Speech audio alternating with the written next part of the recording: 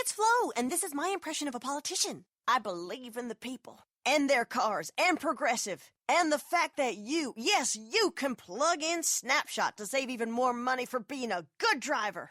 I also believe in Sasquatch, but more as a joke, but also kind of seriously. Safe drivers save with Snapshot from Progressive. I approve of this message, and Sasquatch, if you are real, you can totally be my running mate. Progressive Casualty Insurance Company. Snapshot not available in all states.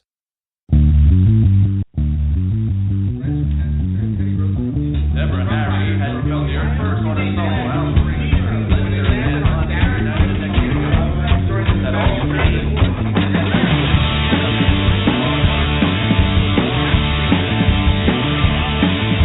My baby has problems. I think it's quite unique. She saves lots of money, not brushing all her teeth. But I never buy her makeup or lipstick that is red. She looks so good without it. Plus my baby's got no hair. Got no head.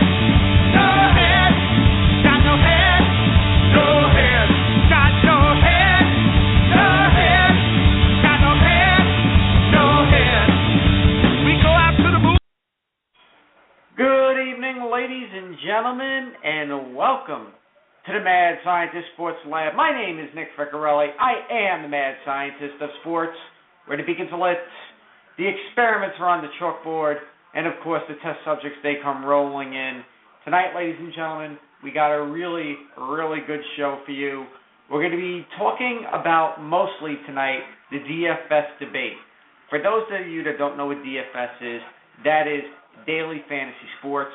Obviously, a lot of big news taking place this week, actually since for the last couple of months, but we're waiting for our first caller to come in right now for our normal 10 p.m. segment, Allie Fonatan, Allie Fantasy Allie, which we will give you everything that you need to know about Week 10 of the NFL season, and as soon as she calls in, we'll get rolling with that. But let me start by saying this. I work for a law firm in New York City for my normal day job. And, we follow legal cases that take place, all across the United States, whether they be state or federal. And when this whole thing started with Daily Fantasy Sports, the first thing that came to my mind was like, oh my God, there's going to be a lot of lawsuits, like consumer lawsuits and stuff like that. Who knew it would ever go to this length? And the amazing thing is that there has been some fierce debate going on, all over the internet, all over the news, all over radio shows, everything of the ilk. And you have your people for, and you have your people against. So tonight, ladies and gentlemen, what I am going to do is something very unprecedented for the Mad Scientist Sports Lab. During the 11 p.m. hour, I will open the phone lines to everybody, and I mean everybody. The call-in is 657-383-1442, and whether you're for or whether you're against, it's going to be one hell of a debate. The only thing I ask, ladies and gentlemen, is one thing. Please, let's keep it clean. It's a family show. Yeah, I know I curse a little bit here and there, but I don't want to get dinged by the BTR police or the FCC or whoever it may be that's going to be calling it. So let's keep it clean. Let's keep it nice. Let's have a very strong debate later tonight.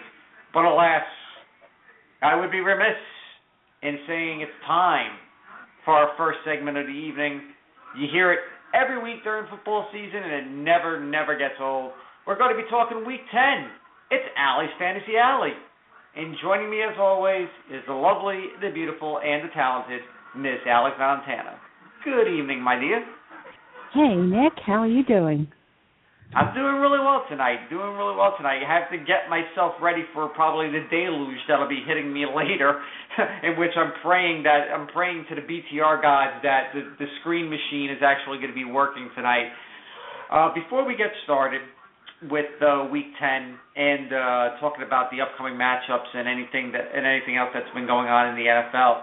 I wanted to get your take on this whole DFS controversy that's been taking place that pretty much blew up this week with what's going on in New York City, my old hometown, and with Attorney General Eric Schneiderman saying cease and desist, you're not allowed to do anything here.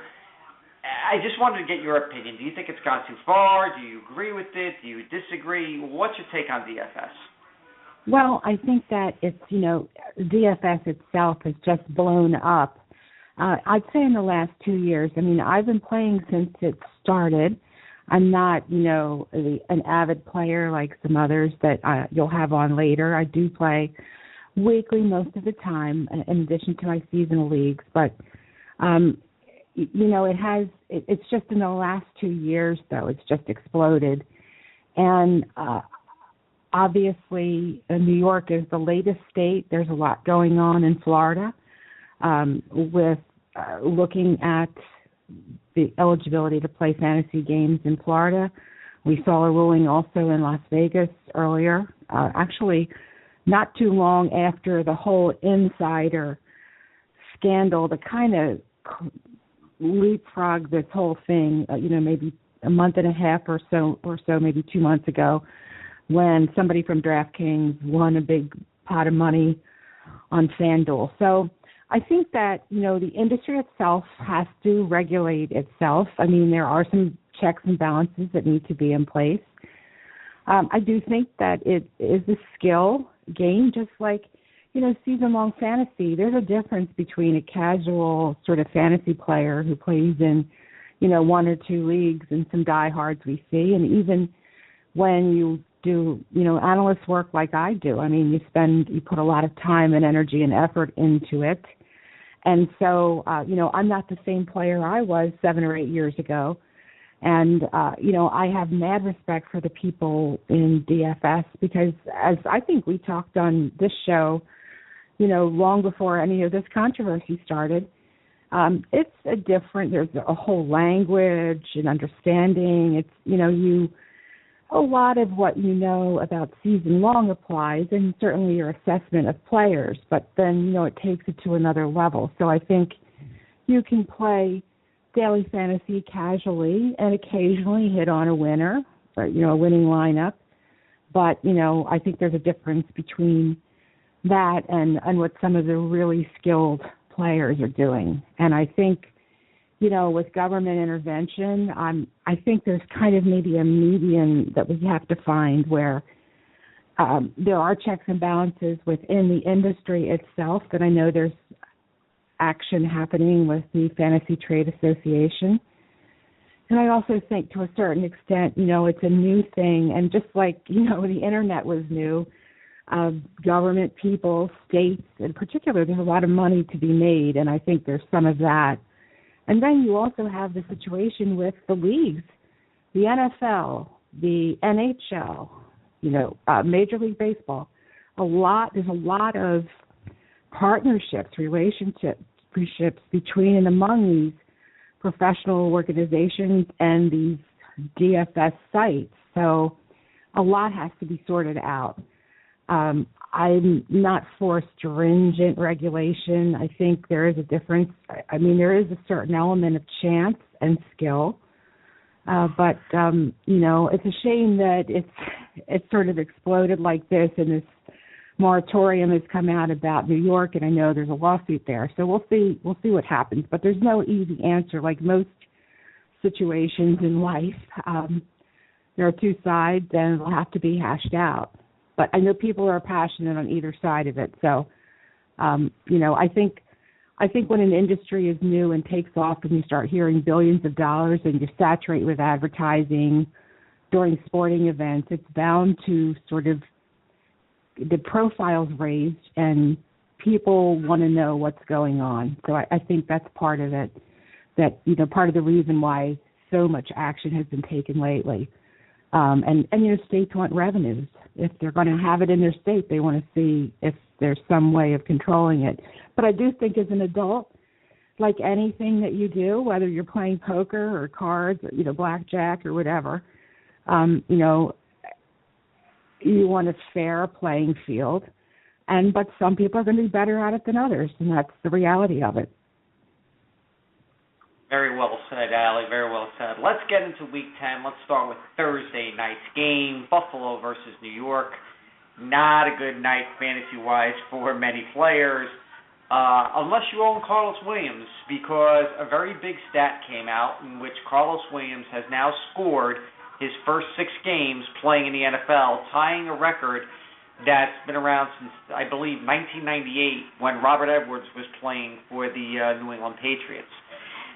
Seems to me he's stealing a lot of touchdowns from LaShawn McCoy, and I can pretty much tell that LaShawn McCoy owners, although happy with the 112 rushing yards, are not happy at losing the touchdowns. What's your take on that? Not happy. Okay. All right, but you have to keep it in perspective. What matters is that there's a guy named Antone Smith, and a few years ago he was on the Atlanta Falcons, and basically there was a streak where any time he touched the ball, he basically went for a long touchdown. But you couldn't count on starting him in any given week. It's just if, you were stuck, you put him in your lineup. The difference is that McCoy is dominating touches. I mean, McCoy had 24 total touches for 169 yards from scrimmage, and it's the second straight game with over 100 yards. So, yes, there was the long touchdown, the catch and run that Williams had from Tyrod Taylor, but I mean, you can't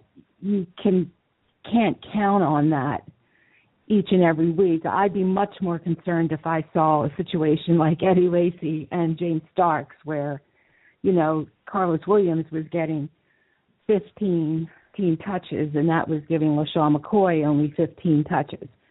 So, yes, I mean, I like Carlos Williams. He's on the bench on a couple of my teams, and on a league where I've been decimated with injuries, I rolled out Carlos Williams, and I'll take the 12 fantasy points I got from him. But, LaShawn McCoy, it's interesting this year. He didn't look very good early in the season, the few games he played early on. Then he missed several games. But he's kind of being a little bit Arian Foster-like right now, where he's looked really good in his last couple of games that he's been on the field. So if you actually watch the game film, he's looked terrific. So if I was the LaShawn McCoy owner, yeah, I might be ticked about the touchdown for Carlos Williams, but I'm not that upset about it because McCoy is dominating touches and scoring points, particularly, if you're in a PPR league.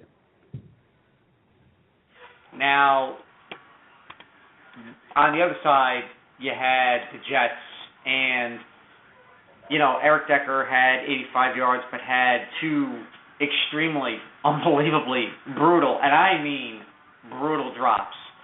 Yeah. And Fitzpatrick, although efficient, still only 193 yards, no better than a QB2, maybe even, a wild card QB3 if you even go that far. But it's getting to the point now where you have to wonder, where the points are coming from. I mean, Ivory had a decent game, but he didn't get into the end zone. It's either he goes 23 rushes, 24 yards, 2 touchdowns, or 18 rushes, 100 yards, no touchdowns. So are we looking at feast or famine?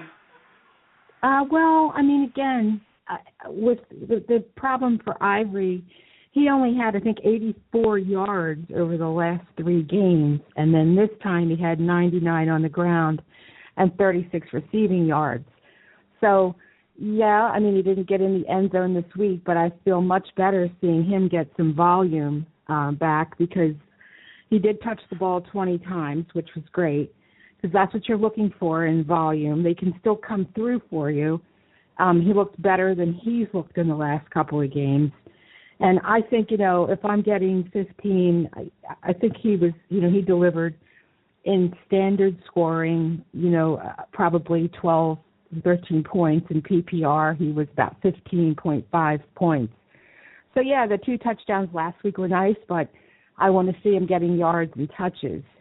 And so I feel a little better about Chris Ivory this week than I felt the last couple of weeks, except for the fact that he got the touchdowns last week, which was great. And then as far as, Eric Decker, I mean, yeah, the drops were brutal, but, he's basically coming through week after week with both catches, multiple catches, and touchdowns. So those drops are brutal. I mean, if you started Mike Evans last week, you know what brutal is in terms of 6 drops in a game.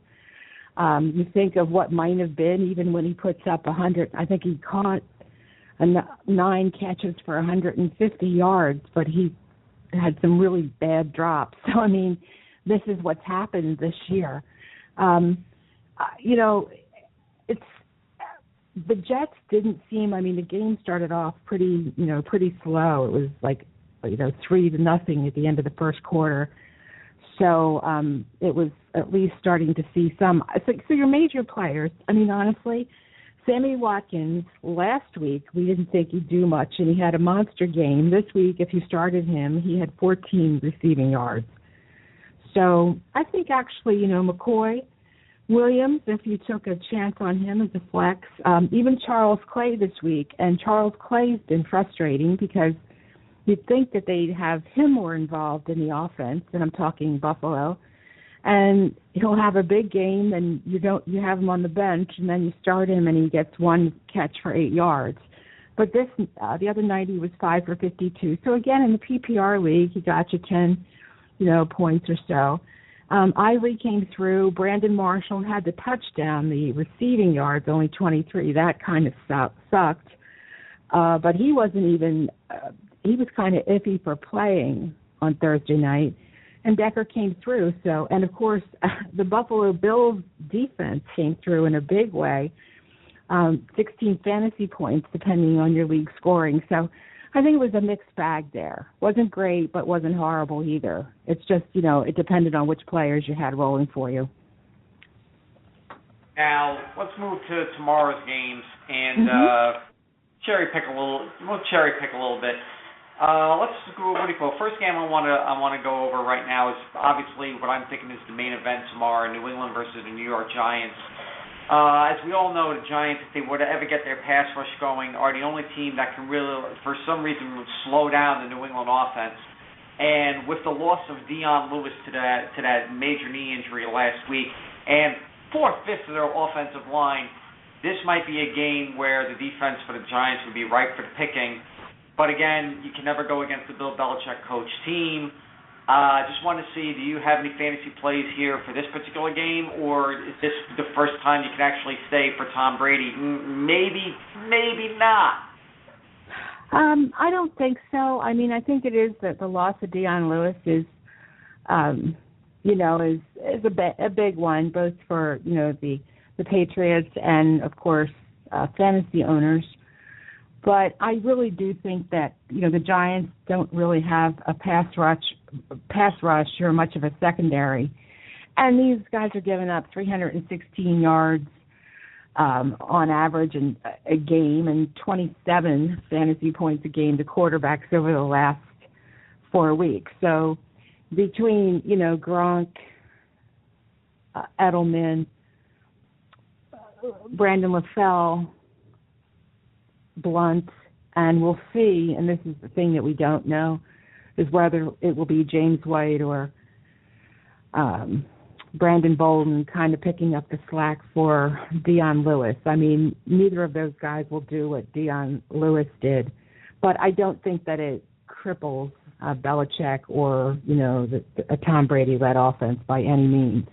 I know the Giants have been sort of Brady killers a couple of different times, but I'm not anticipating it in the season at this moment. Okay, now let's move to Jacksonville and Baltimore. And I picked this game because if there are two teams that have been one's on the rise and one's certainly on the fall, Jacksonville's offense has been looking very sneakily good. And when I say sneakily good, it's because Blake Bortles has finally gotten an offensive coordinator that can understand, his talents. He's got some underrated wide receivers in Hearns and Robinson and even Brian Walters. Still waiting for TJ Yeldon to come around. Meanwhile, on the other side, you have Joe Flacco throwing to, help me out here. Well, it seems it's going to be the Justin Forsett show for the time being, but is there someone on the Baltimore offense that you may want to take a flyer on this week?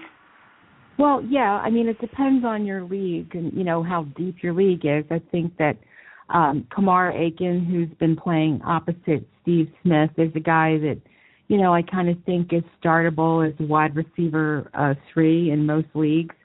And it's a really good matchup against a struggling Jags secondary that gives up, 16 catches, 204 yards, and 2 touchdowns to wide receivers over the last 3 games. So there are points to be had there. And I think, Aiken is a guy that's come through in different games. When Steve Smith was sidelined first with an injury and then came back before he went out with the season-ending injury. And then a guy that I really encourage people to kind of either pick up if he's in a deep league. He also could be kind of an interesting punt play for daily fantasy, but I really like Chris Gibbons. He was a signee from the Rams. They traded him mid-season. And I think he will see a bigger role with Steve Smith out, and he has a great upside against a poor secondary. And he's a speed guy who could be a great downfield threat for Flacco. And he certainly likes throwing a deep ball, and he could use a guy like Gibbons. So he's kind of a long shot. He'd be a super sleeper, but even if you don't start him this week, he's a guy that you might add to your roster as kind of, could be kind of a deep season or late season sleeper for you. Very well said. I actually wanted to pick up Chris Gibbons this week, but something just saying if he doesn't get the deep ball, he's not going to get a catch, because it seems to me the only route that he runs is what I call the 9 route, which is the fly. And granted, the guy's got like 4.1 speed, but his separation at the line of scrimmage is shoddy at best, and that's putting it nicely. Let's move to Carolina. I agree with you. I mean, I think he's a guy, he's a boomer bust type of guy, but in a week with teams on buys and, injuries and other situations, he's definitely, like I said, a deep league guy if you need to start him this week, otherwise worth kind of a flyer. And Carolina and Tennessee. I mean, let's say it like it is. I mean, Marcus Mariota looked really good last week, but now he's facing a defense that loves to suffocate anybody that they can get their hands on. Cam Newton, although a lot of people say the numbers don't show it, and they're right, the numbers don't show it, but he's playing at an MVP level right now. This is a team that's 8-0 for a reason. They play smart, they play hard, and their defense is amazing. If there's a defense that's a must-start every week, it's the Carolina defense. But I'm looking at their offense right now, and I'm thinking Jonathan Stewart this week is going to have a hellacious game. Your thoughts? Well, the biggest issue with Jonathan, what you say hellacious in a good way or a bad way? In a good way. Yeah, I like Jonathan Stewart, and I think he's been kind of a surprise for fantasy owners. We're all sort of prepared to kind of be jaded against the pass. The biggest knock on Jonathan Stewart is that he gets bolstered at the goal line by Cam and or Mike Tolbert. So the good news is he got volume even last week, 20 carries. So as long as he gets 20 carries, he's going to deliver at least some good yardage numbers for you. But the problem is if they don't use him in the passing game and or he doesn't get the goal line touch, then he gives you, 10, 12 points instead of, something higher. So that's my only knock. I mean, I'd certainly say I have him ranked, as kind of in the RB14 area, not because I don't think he could give you more, but because I'm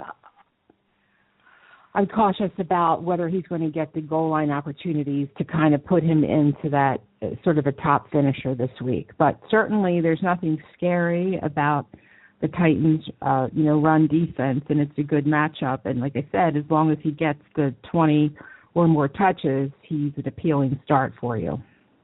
And, the other interesting thing is, what makes Cam so amazing this year is that, other than Greg Olsen, he's been thrown at no Kelvin Benjamin. Cotchery, Corey, Philly Brown, and then Funchess is finally starting to make a little bit of a move. I wouldn't say go out and start him, but again, in deep leagues, or if you're looking for somebody who could be a late season kind of savior for you, just kind of keep your eye on what he's doing. He's looked better his last couple of games. Not saying trust him, but he did turn 4 targets into 3 catches for 71 yards and a touchdown last week. So he's on the rise. And what is really interesting to see was how happy Cam was for Funchess. When you see a sort of a quarterback on the field who, you know, went over, was just like so thrilled for this guy and has really talked him up. So I think, you know, there's some chemistry building there, but he's certainly done a lot for not having much to work with when you consider some of the receiving core and the quality on some other squads. You know, you have to give him props because Cam's putting, I think, scoring about averaging 27 fantasy points over his last, 3 or 4 games. And, 27.9 fantasy points over his last 4 games. So I think, he's a guy that, he's running more, and that's what he didn't do last year. And so you're getting, 4 or 5 extra points, sometimes more from Cam, just on the ground with his legs. Well, I got to tell you, I don't own Jonathan Stewart, but I would own him this week. I have Cam Newton. I'm looking for hopefully 250, 2 TDs, 75 and 1 to go along for this week, which will be helping me tremendously with the amount of injuries that I suffered the last 3 weeks. I need a break here and there. Let's go one last game before we end the segment. Let's go to Dallas and Tampa Bay. As we all know, Dallas's defense is a sieve. This could be a very, very high-scoring game.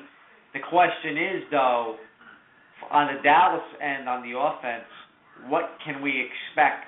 Last week, Cole Beasley had a big game with 9, 113, and 2 touchdowns.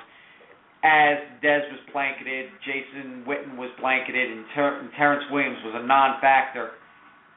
Is it because Tony Romo's not playing that Cole Beasley is now playing that Wes Welker / Julian Edelman role as like the safety valve for whoever the Dallas quarterback is going to be? Or has Cole Beasley now supplanted Terrence Williams as the number 2 wide receiver and possibly the number 2 lookout for the Dallas quarterback? Well, I mean, let's face it. He played a very different type of game than what Terrence Williams played. I mean, they used him differently. By the way, Dez had a good game last week. I know people that sat Dez after his first week back when he was quiet. I played Dez and was happy to take his 21.5 fantasy points. And I do like him this week. Obviously, he still has a sore knee. Cole Beasley, it's a little hard. He's a little hard for me to trust. He, did nothing for weeks on end, and then, he gets the 9 catches on 11 targets and 2 TDs last week. So, I don't have a problem if you start him as a wide receiver 3, but I just don't expect. I can't rank him that high just based on 1 week of production. That feels to me like chasing points. And I think you have to look at, it was sort of the Eagles, how they were covering, all of that. I don't have him in my top 50 wide receivers this week. So, that's kind of what I think of that. But, if you need him, use him. There could be upside there. We saw that. But, I'd maybe look a little elsewhere if I was going to take sort of a Hail Mary on someone. That's great. Allie, as always, a pleasure talking to you about fantasy football every week right here on the Inscriber Radio Network live with the Mad Scientist Sports Lab. Let the good people know where they can find you out on social media. Okay, you can find me on Twitter at Allie Fonatan. I'm also contributing this season to the Fantasy Fix and Fighting Chance Fantasy. And I'm looking forward to hearing your DFS debate. Oh, it's going to be a lot of fun tonight. It's going to be a lot of fun, that's for sure. And thank you for your input earlier today. It's greatly appreciated as always. We will see you next Saturday night when we go to Week 11. And all right. I can't believe we're only 2 weeks from Thanksgiving. I know, it's crazy, isn't it? But I wish you a good week 10. Good luck with your teams, and I look forward to catching up with you same time next week.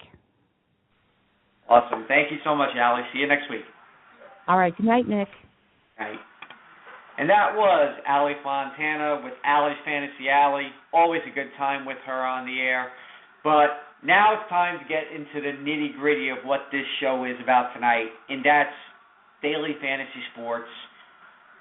And I happen to have right now one of the guys who is part of the leaders of RotoExperts, and I am a very big fan of his. He's been on the show a couple of times, talking baseball last time, but now it's time to talk some football. And joining us right now from RotoExperts, Evan Tarracciano. I hope I didn't just butcher that name because I'm Italian. I can't butcher Italian names like that. But Evan, thank you for joining us tonight. It's my pleasure, Nick. Thank you very much for having me on, and good to talk to you again, man. Yeah, I know. It's been a while. It's been a while since it's been a while indeed. And joining us also tonight, he's finally here. He was back doing some more experiments, getting ready for tonight's game. My co-host, the Nutty Professor himself, Dr. Andrew Glukov. Hello, Drew. How's everything going? What's up, Andrew? Nick. I'm doing great. And to make it even better, I was doing what a fan would approve, which is doing stuff for community and the kids. So now I'm home and ready for action. Awesome. Well, we got Evan on the phone with us right now. Evan, the reason why I wanted to bring you on is because, obviously what happened in New York this week with Attorney General Schneiderman, wanted to get your thoughts on what's going on with daily fantasy sports. So I wanted to first get your take on it, and we'll go from there. So the floor is yours. Okay. Well, like I said, I have a very different and probably somewhat unique perspective on the entire DFS thing, because as much as I'm a fantasy sports writer, I've been covering baseball and football for many, many years and had my blog just kind of like you guys did and the whole thing, and now I'm at RotoExperts. I've had limited exposure to DFS. Funny enough, all of my colleagues have always been saying, Evan, why don't you do more DFS and play more. And don't get me wrong, I'd love to, but it's been one of those things for me that and I've always said this, unless I have the time to devote as much energy into it as I possibly can, where I feel like I had, an edge on people, or I can compete with the pros and stuff like that, I just haven't had the time to play it all that much.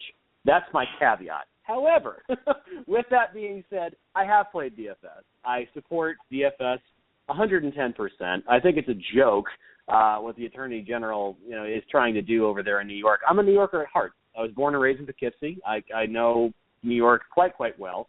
And it's sad, I think, is the biggest thing. It seems more like a publicity stunt on his part than anything else. Like many of my colleagues, I feel happy, certainly, that the industry has boomed the way that it has.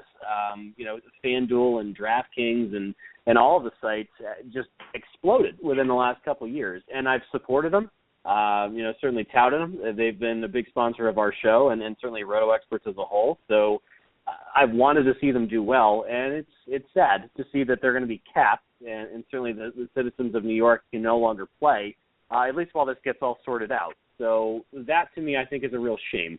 I feel like government should have absolutely no intervention in this whatsoever. Does it need to be regulated? It does. I think that there does need to be certain rules set in place, and it seems like the sites are in agreement with that. We've seen, both interviews on SiriusXM, and I'm sure you guys have felt probably the same way, where I don't necessarily want the industry to be unregulated, because I think that gives it a little bit of a bad look. I do want there to be rules in place in terms of, maybe how many entries you can have, or, contests you can do this with, or, the insider information, of course, and all the misinformation about that and the scandals and such. It was the time was ripe, I think, for the two major sites between DraftKings and FanDuel to really have a big head-to-head butt with one of these states, and good for them for sticking up for themselves, because the Schneiderman's argument was basically the fact that, it does need to be regulated, and certainly it does constitute gambling in his eyes. But the one thing I've always found funny about his argument was the fact that he was saying that, with all these millions of dollars being tossed around, there's only a handful of guys that win and this and that. And it doesn't take skill. It's more luck-based and whatever. Well, yeah, but, so's the lottery, which, and buying a lottery ticket, which he seems to be perfectly fine doing. But you don't have these experts, many of which are featured on SiriusXM, or I work with several of them. You don't win consistently in a game that doesn't take luck. In a game that doesn't take skill. You do need to do research to do well. I think in the prior segment, she had touched on it, I think Renee had touched on it, or you had Allie on actually, that touched on it before. The average Joe can play DFS. If you have a working knowledge of football, you can plug in a decent lineup, and it's not exactly brain surgery to put in a semi-decent lineup. But having advanced statistics, knowing what statistics actually matter, learning how to build a bankroll, all that takes skill. It really does. It's a skill-based game. And I can't stress how saddened it is, really, that the entire situation has to come to this rather than just having it be a meeting, getting the regulations hashed out, and then, not having to halt people from ever playing in the state of New York. I find it to be very, very frustrating. And I'm glad I'm now a resident of Georgia. I moved from there a little while ago, and if I'd be still living in New York, I'd be pretty pissed off right now. Well, also happening to be joining us right now is someone who I respect very, very much in the world of fantasy sports. She's been on my show a few times already, especially when we do the Ladies of Fantasy Football. And the letter that she personally wrote to Attorney General Schneiderman was nothing short of pure gold. And when I read the letter a couple of days ago, it brought a smile to my face. It really did, because it was very, very, very pointed, very succinct, and it pretty much hit everything on the head. And I had to have her on my show. Now, I know she was on Dan Claggson's show earlier this week, and I listened to that interview, and I could tell how much of a hot topic this is. So I wanted to bring her on my show as well, because you have to listen to what she has to say, because she says it the right way and very, very passionate. Ladies and gentlemen, without further ado, ESPN's Dr. Renee Miller is with us tonight. Renee, how you doing? Great, Nick. How are you doing? I'm doing really well. Thank you for having me on. And it's awesome to have you back on the show, Dr. Miller. I just want to add, let's start with the letter. When you wrote this letter, I could tell how much fire was going to come out in you with regards to what A.G. Schneiderman did earlier this week. So what was going through your mind when you wrote the letter, and just explain, pretty much explain to the people out there who haven't had a chance to read it, summarize what exactly you told the Attorney General.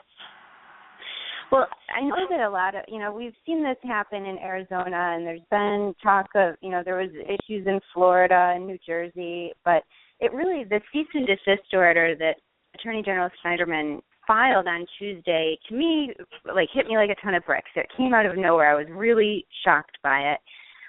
So when I wrote the letter Tuesday night, my state of mind was pretty much some mix of fear, anger, and shock. And it's only slightly lessened since then, to be honest. All those emotions. So when I wrote the letter, I didn't. What I really wanted to convey, the tone of his letter was such that these industries are intentionally setting up illegal gambling operations to fleece the population of New York State. Is a phrase that he used, and so I really wanted to convey the idea that we were sort of a good-natured, productive population of New Yorkers and Americans that play this game primarily for fun. I mean, I make a good living through daily fantasy sports, in addition to my full-time job as a professor at the University of Rochester. But I wouldn't play if it wasn't fun. And I know a lot of people that play for various stakes, that the thing that keeps them in it is the love of the game. And this form of fantasy is, just it's something that has become really important to me and a lot of people that I know. Well, what I did today, before I came on the show, I actually wrote an article. And I've been writing a little bit now for the Inscriber, just doing like basic college football, pro football, and some historical stuff. But today I wrote an article to get myself ready for this. And my article was called, the DFS debate, is it skill or is it luck? And I got to say, to me, I think DFS is actually a hybrid of both. It has the features of a lottery, but it really does feature skill.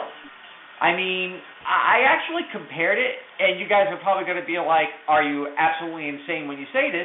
But that's why they call me the mad scientist. I actually compared it a little bit to tic-tac-toe, because you have like players like the average Joes that go out there, throw a lineup together, and just say, see if it sticks against the wall, and sometimes it hits and sometimes it misses. But then after that, you have the experts that study the game, that try to put together the lineups as best that they possibly could, and they put and it takes a little bit of skill to actually figure out what the best lineup is. And when I saw the headline from A.G. Schneiderman, and I read his reasoning, I sat there and I just stared at it, and I was like, I see where he's coming from, but still, to me, he's dead wrong. I just can't see this.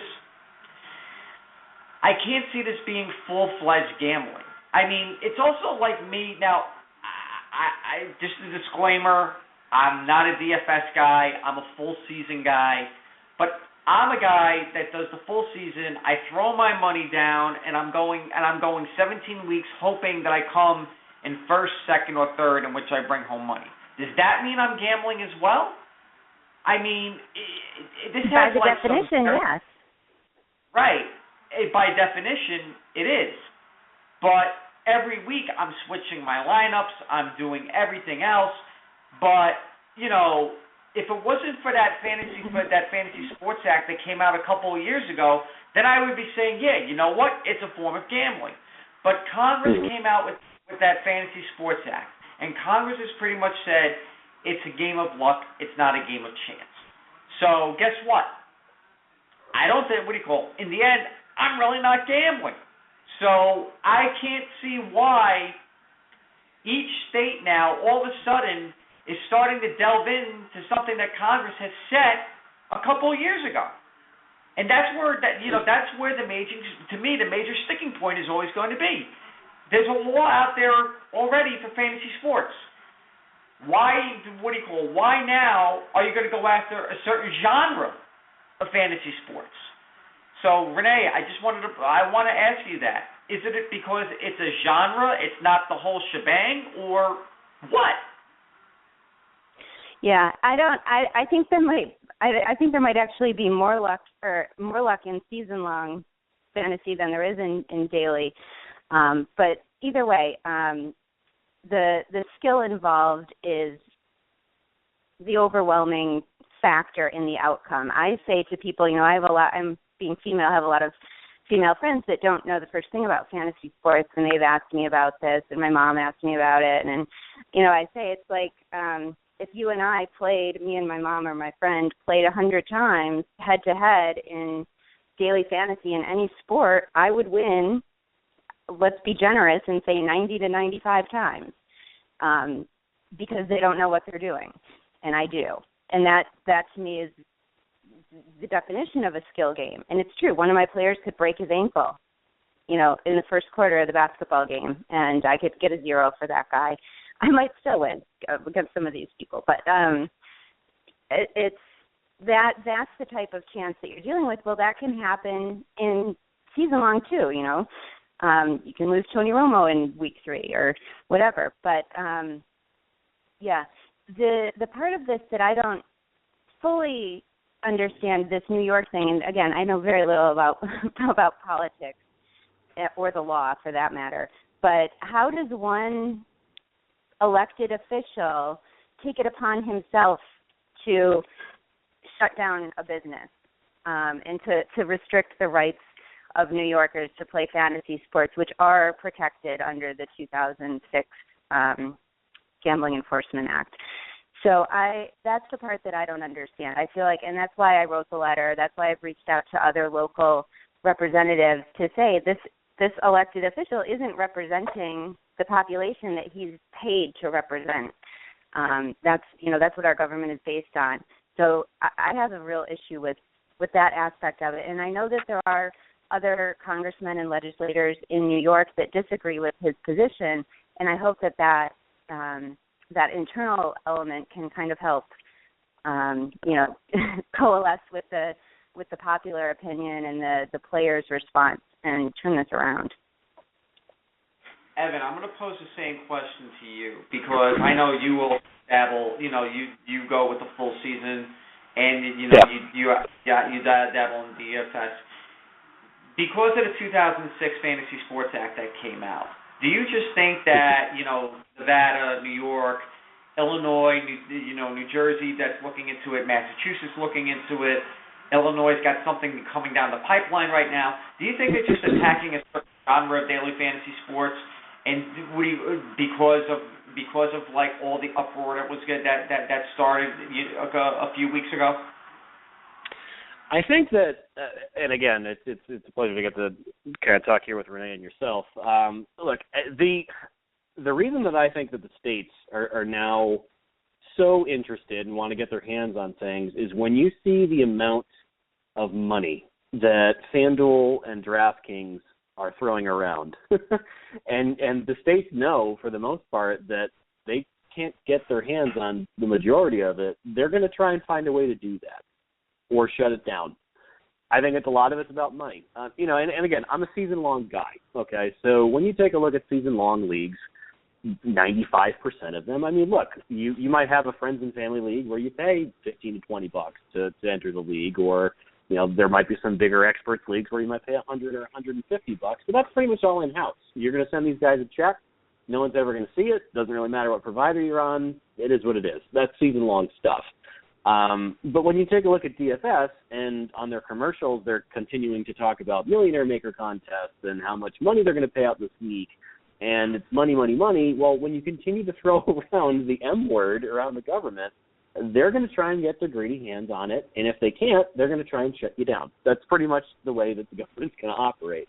Again, it's unfortunate. I think it's unfounded. I think that if you take a look again at the argument, and Renee certainly summed it up nicely, that Schneiderman has, he doesn't have a leg to stand on. So when FanDuel and DraftKings take things to the legal system, I don't understand how he has a hope of continuing to shut this down in the state of New York or any of the other states that really want to challenge this industry, how they have the ability to do that. Again, do I think that each state will therein find regulations that will make them more comfortable with the citizens to participate in it? I think that they're going to have to hash that out. Maybe they'll have some sort of a blanket that'll just apply to every single state. I don't know. Like I said, like Renee, I'm not a politician. I don't know if he has some sort of an underlying reason for trying to take on the industry. I don't know if he's just a scorned guy that might have lost one too many dollars on FanDuel or what the case was. But, when you have politicians, that's typically what things boil down to. They're going to want to find a way to get their hands on as much money as they can, get the influx going towards the government, and it's not their place to do so. But I firmly believe that's the position these guys are going to come from. But again, ultimately, in my heart of hearts, I do feel like when DraftKings goes through and this does go to a legal system, I don't know if it's a matter of Schneiderman having no idea what he's taking on, the number of people, and the groundswell of support. I mean, this is just getting started. They had the rallies and certainly the things in New York, but this is really just starting to churn the pool. A a lot of folks play DFS, and New York certainly is one of the bigger states, and you're going to have hundreds of thousands of people that play in New York. The uproar this is going to cause, if it hasn't already, the shockwaves it's going to have, I don't think this is going to last that long. I'm a bit of an optimist when it comes to this, but if you take a look at what position he can possibly take throughout the legal system, barring them dragging their feet and maybe delaying the court date, I think it's a matter of him really getting educated in terms of how things work. And again, if I keep harkening back to it, if they want to set up some ground rules with the regulations, and I think that's the other major part of why this bothers politicians so much, is the misinformation that was spread, with the insider trading and the way that the media took it and spread it like wildfire about, employees having insider data and they're playing on other sites and they have advantages over the common Joe and, maybe these are the guys that are winning these millions of dollars. But we all know that's not the case, and certainly they published the information that wasn't the case either. But the time was right for something like this to happen. I feel like when Schneiderman does get a little bit more educated, we can just put this all behind us and hopefully never have to have it happen again. Okay, my turn. Let's go back a few years and go out of daily fantasy sports and look at online poker, Full Tilt, Poker Stars, and the shutdown that happened there. And I want your opinion what happened to these poker sites and the scrutiny they had to fight with can be applied to daily fantasy sports. Now, Evan, you mentioned about the luck versus skill in daily fantasy sports, and the fact that it requires skill to acquire the right players, and then the luck comes in how they play, whereas, in my opinion, poker is the opposite, the luck of the cards and then the skill of the strategy. How do you, and I'll start with Evan on this one, then I'll come back to Renee. How do you feel that the issues that Poker Stars and Full Tilt and Hog Wild and those guys had to face a few years back applies to daily fantasy sports today, if at all? Evan, go. Well, and again, it's I love my colleagues over at RotoWire. Certainly they compare poker to fantasy sports frequently, and in situations like this, again, and you certainly mentioned some of the reasons of why the parallels can be made. Do I think that they're going to have a bit of an uphill battle? I do, because I think that the more that you take a look at how those arguments went and the fact that they can no longer play poker online like that, it was basically completely shut down. It's scary. It is certainly scary. And when you take a look at the appeal of daily fantasy sports or weekly fantasy sports in the case of football, it's a combination of luck and skill, and we've kind of hit on this in the past. When I have my season-long stuff, and that's kind of what I do. I mainly write about season-long leagues. If you happen to draft Le'Veon Bell or Jamal Charles or one of the umpteen guys that were hurt this season, well, your season might be over. The appeal, of course, of playing the DFS stuff is you can set a lineup based upon the construction and the matchups, and a lot of it's the money management. And you can't, if we knew the outcomes ahead of time of what these players were going to do, there would be no point to playing this, obviously. So there is a luck element. Do I think that Derek Carr will have a great week this week? I do. But look, he might throw 4 picks and be benched. I have no clue. We don't know the outcomes ahead of time. Like you said, with poker, you have the cards, and that's the inherent variables. So can the parallels be made? And again, can the luck, skill, all of that element come in? It can. But again, I mentioned the point before. You don't continually have the upper 5 to 10% of players win as often as they do without a heavy element of skill being attached to it. Renee said you can have the average Joe play against her. She's still going to win 95% of the time. That speaks to it, And like she said, somebody might get hurt. There's a random variance to injuries, of course, but when I think that they're going to tackle this in court and luck versus skill is going to be in there, I think that they're going to notice that when you have a small percentage of people which are continuing to take down these larger prizes and pools, It's going to happen. When you have a millionaire maker and you have these people that they get lucky on a random person going off, sure, some of it's luck, but it's like I said, it's about setting the right lineup. And I don't think that they have too much to fear in court. I really don't. I think that the more that the data gets out there in terms of how the breakdown of money is in, how many entries people can play and people that submit multiple entries and maybe how much more money they would win versus not, the more statistics that these sites can provide to the court basically say that this is a game that does constitute a large element of skill, and it's not a matter of, me flipping a coin all the time to determine an outcome, the better off they're going to be. And I think that they have a very, very solid case in court. Renee, what do you feel about how what happened with poker applies to what's going on today? I think if anything, this the popularity and the rise of daily fantasy has caused a lot of people to maybe rethink how they viewed poker. I mean, I think it was a mistake. I think that poker is a hugely skilled game and should not be illegal. And I think, that comes from my experience with daily fantasy sports a heck of a lot more than it comes from my experience in poker. When I play poker, it's not a skill game. I have no skill at all. So I think that we can hopefully revisit that issue, once this kind of clears up, and hopefully whether new regulations are in place or whether the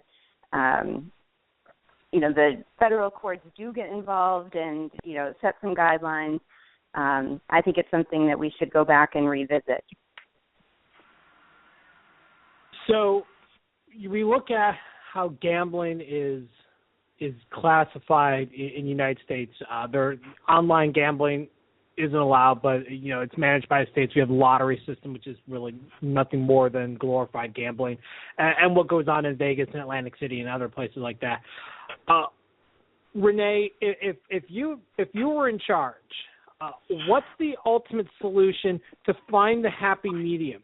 Because obviously there's a control issue. Because as we know, gambling is, to some people, is a sign of they can get addicted to it. There's addictive personality problems that cause all sorts of mayhem. How can we find a happy medium where fans who play daily fantasy sports, and I'll be honest, I'm not one of them. I prefer the season long. I do more social based fantasy sports with friends because it's fun. But I'm not hardcore into the money. But others are, and while I don't like the current system the way it is, there's got to be a middle ground. If I want to bet on a college football game, I can't do it online. I've got to fly out to Vegas and do it in person, and that's not happening. So, if you had control, how do you find the happy medium? How would you do it as someone who focuses more on this type of game more than I personally do? Well, a couple things I would say. I mean, New York, right, there's nothing more a game of chance than the lottery. It's absolutely impossible to be skilled at playing the lottery. And yet, New York State is one of the first and biggest adopters of the state lottery. So there's a little hypocrisy there. And second is, I'm a neuroscientist. I know a lot about addiction. I teach classes on addiction. I've done minimal research on addiction. And I care about it as a human being, as a real mental health problem. So that's not something that I would just sweep under the rug, but I would say that rates of addiction in daily fantasy sports, and I don't have numbers on this, but I would be very surprised if they were different than, certainly I don't think they're higher than rates of addiction and poor life outcomes from people that compulsively play the lottery or bet on horse legal in New York State, or have problems with online shopping or alcohol or any other legal things. So I think to couch the argument against daily fantasy sports and addiction is super hypocritical and not accurate in reflecting the real motive behind the law. And I also think that it's it's cute for you to say that if you wanted to bet on a college football game that you would have to fly to Vegas and do it. But I'm not a sports bettor, but there's ways around that. So people that want to be betting on live sporting events are doing it. They're just doing it illegally in a way that gets around the current regulations. And that's what will continue to happen. That's what's always happened when government tries to ban and limit people's freedoms to, do basically things that don't harm others. People find a way around it, and they'll find a way to do it. If that means people, I feel like there are serious daily fantasy sports players that will leave New York State if it becomes illegal here. So they'll lose income tax, they'll lose perhaps productive members of society that hold down other jobs and contribute to their communities. It's just, I don't know. So you asked me for a solution, and I don't have one. I can't imagine a worse position to be in than to be a politician. or that's just not. I don't have the right temperament for it. I have a theory, and it goes back to the lottery. It goes back to having to bet in person. Legally speaking, I would never do illegal gambling, which is why I didn't recommend it, because I don't do it. No, I wasn't recommending it. I'm just I know what you're saying, but I know what you're saying. But I have a theory, and it deals with interstate commerce. Obviously, until earlier this year in Florida, where I lived, if you ordered off Amazon, you paid no sales tax because there was no facility here. Now there's a facility here, you pay sales tax. State's getting a piece of the pie. I think that's where it comes down to, is fear of losing on revenue. So I have a theory of a middle ground, and Evan, I'd love your take on this. Much like in Florida, you can only have casinos at horse tracks. You can only bet on them at tracks, and we have poker rooms legally at tracks. You can't just have random places have poker rooms. So what if there was like a kiosk or a place where people can go and put in their rosters and do that, which would allow the state to get their piece, because there's a lot of potential revenue. I can see states seeing dollar signs and, as you said, money grubbers, well, no doubt about it. But would that be a happy medium that fans would want, or the fact of it's an inconvenience, I got to go drive 10 minutes, 15 minutes to go even to where the poker room is, that's legal to have something like that, as opposed to the comfort of my home where I can do my research and everything like that? Do you think this could work, or is it just it's not going to work? I think it sounds good in theory. I think, like I said, you don't want to necessarily make it more difficult for people to play this, because the second you start excluding states and making it harder on where they place their bets and how frequently they can do things, limiting the number of entries they can have, the second that you start doing that, you get into a really bad area where the companies are already mad. So FanDuel and DraftKings are already mad enough that they're losing all of this revenue daily at this point from the people that live in New York that they can't play. Okay, let alone from the fact that how many of those would submit multiple entries into a contest. So right now they're getting raked over the coals in terms of how much money that they are already losing per day. If you take a look at it from a perspective of as a fan, so I am Joe Schmo DFS player. I want to be able to play it whenever I want, as many times as I want.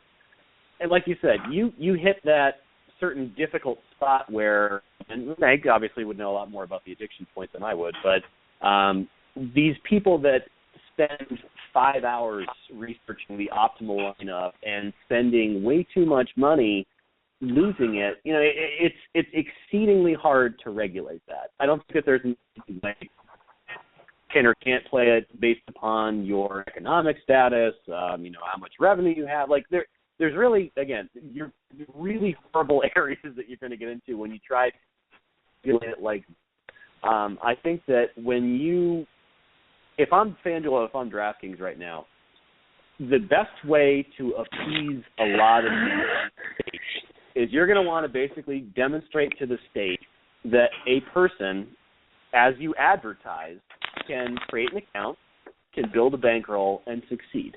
I know it can be done. I've had plenty of, I know Drew Dinkmeyer, and I know people that won millions playing at these sites. I also know, like myself, when I had played it in the past, but it's not hard to make money on the site if you play a 50-50 or something like that. It is within reasonable expectation that if you have a working knowledge of do well in DFS. But at the same point in time, when you have people that submit a ton of these entries and there's that whole botting issue that has been talked about to death and things like that, I think that they want to eliminate all those loopholes and make it so that, when Joe plays the game and when Bob plays the game, the only difference that they're going to have when they submit their entry is Joe picked these people and Bob picked these people, and that's it. They have been obviously limiting the number of entries to larger contests. That's been going well so far. I think that's been met with some pretty positive praise. The botting stuff, I think that people have taken a look at in the past, and that's certainly not been favorable. So there's lots of different things I think that the DFS sites can do to make it, or to prove, rather, to the states that as advertised, that the random Joe Blow that makes an account can do well, and it will help. But it's like I said, anything that you ever propose, some people are going to like it, some people aren't going to like it, and odds are if you're the state, you're never going to like it unless you get more money coming in. So.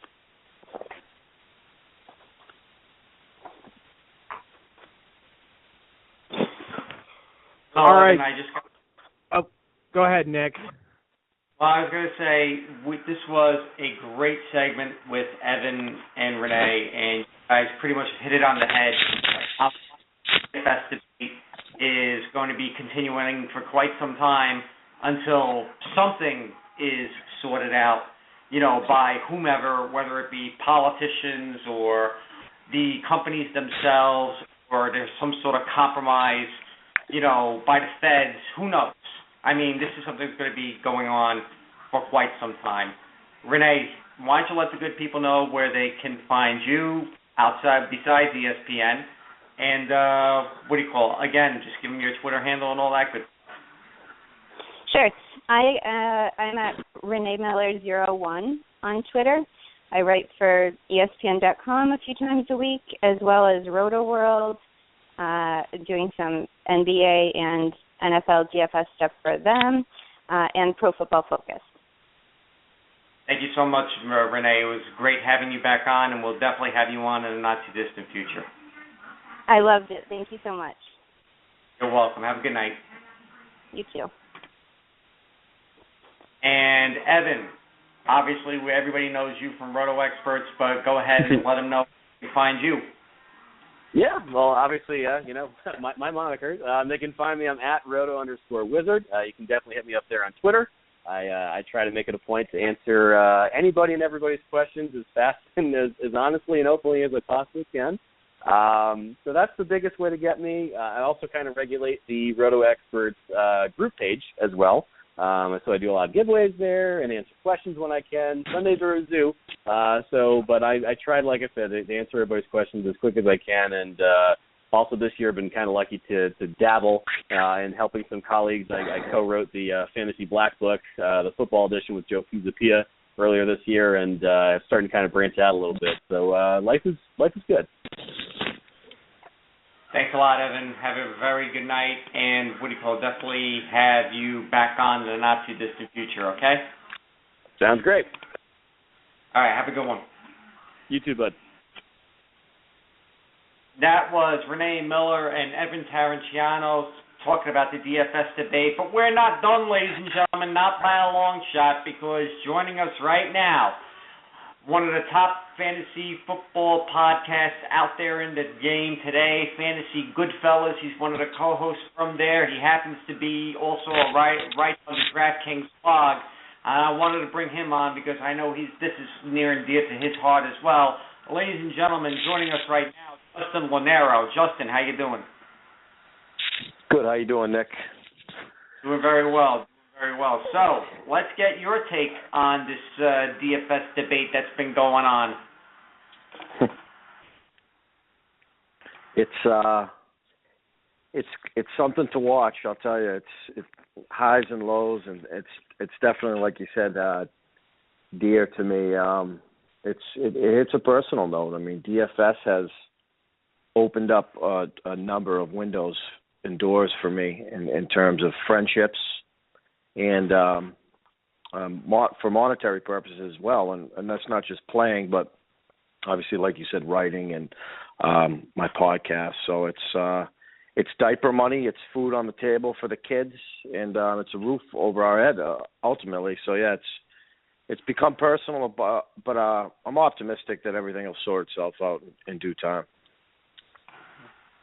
Well, being that you're one of the guys that's been on this show plenty of times, and we always bring you on not only to talk about daily fantasy, but also talk about, like, the week-by-week stuff like that. It's cool. Do you feel that this has just now gone too far because of all the insider trading, I can't even get the word out right, hullabaloo? And, do you think that, because of that, the unfair rap that's now been given daily fantasy sports is now all of a sudden politicians are starting to thump their chest thinking like they're doing the right thing over here? Yeah, it's definitely interesting how, Ethan won $350,000 on FanDuel, came in second, and then there was this whole. It's a scary notion, though. And Ethan's a great kid, by the way. He's actually my boss at the DraftKings Playbook. He's the editor. They love him over there. He's well respected, but it's a scary notion to think that a single individual, one politician, has the ability to potentially crumble the operation in the blink of an eye, and I don't think that that's fair to anybody. There's skill level. Every different level. There's people playing through 25 cents to $500 a night, and like I said earlier, it's done a lot of great things for me personally, and we recorded this past week. In fact, I'm filling out lineups right now for tomorrow on DraftKings. So it's for my sanity as well, Nick. In fact, I had a guest on the other night, and he suffered from severe anxiety, and he's taken 3 weeks off from the industry. And this kid's a great young writer, and everybody knows him. And he said, the one thing that balances him out is fantasy sports, DFS, fantasy football, and that's you can't put a number on that or a denomination on that. I mean, this is the kid's mental health, his well-being, and this is something that writing about it gets him through the day. And that's in fact, I had a gentleman on, an avid listener to my show today, send me a message on Twitter and said, "Your show was awesome this week, Justin. I really had a rough week. A gentleman tried to break into my house. My wife was there. They put the kids in the bedroom. Yeah, I guess a gentleman escaped from a halfway house or something, and obviously what's going on in Paris. And it was a rough week, but I listened to your show and this morning, and I feel a lot better. So for whatever it's worth, this DFS thing has an impact on a number of people for a number of different reasons. Well, I do totally get that, and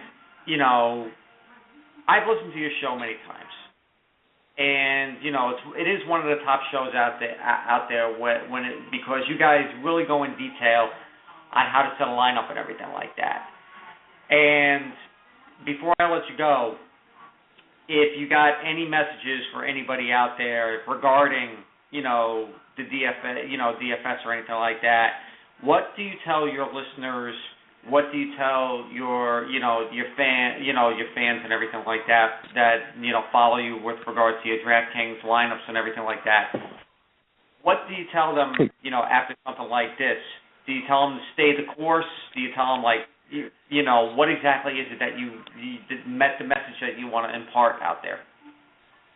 You're trying to get rid of me already, Nick. I allocated a good amount of time for you tonight, man. You're throwing me off the show.